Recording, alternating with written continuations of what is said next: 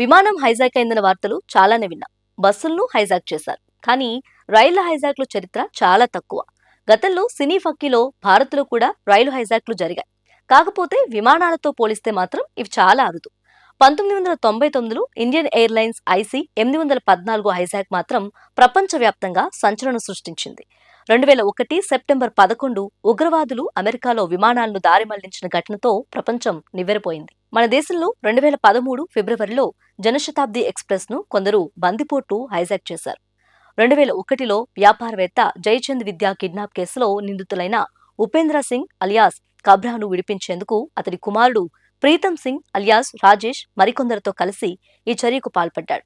15 కిలోమీటర్ల మేర హైజాక్ చేసి తన తండ్రిని విడిపించుకున్నారు. అంతకుముందు 2009 అక్టోబర్ 27న భువనేశ్వర్ రాజధాని ఎక్స్ప్రెస్ కొన్ని గంటల పాటు హైజాక్ కు గురైంది.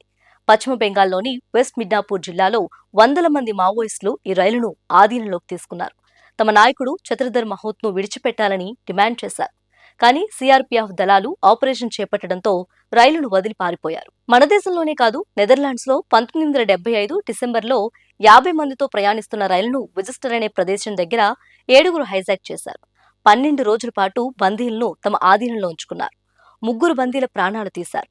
ఆ తర్వాత వాతావరణ పరిస్థితులు తీవ్రంగా మారటం, ప్రజల్లో వ్యతిరేకతను దృష్టిలో ఉంచుకొని హైజాకర్లు లొంగిపోయారు. చైనాలో 1923 మే 5న బ్లూ ఎక్స్ప్రెస్ ను 1200 మంది బందిపోట్లు మాజీ సైనికులు కలిసి పట్టాలు తప్పించారు. ఆ రైలును దోచుకొని పలువురు చైనీయులు ఒక బ్రిటన్ పౌరుని హత్య చేశారు. దాదాపు 300 మందిని బందీలుగా మార్చుకున్నారు. వారిలో 25 మంది విదేశీయులున్నారు. ఇప్పుడు పాక్లో ట్రైన్ హైజాక్ చేసి తర్వాత విడిచిపెట్టడంతో ట్రైన్స్ హైజాక్లు వెలుగులోకొచ్చాయి.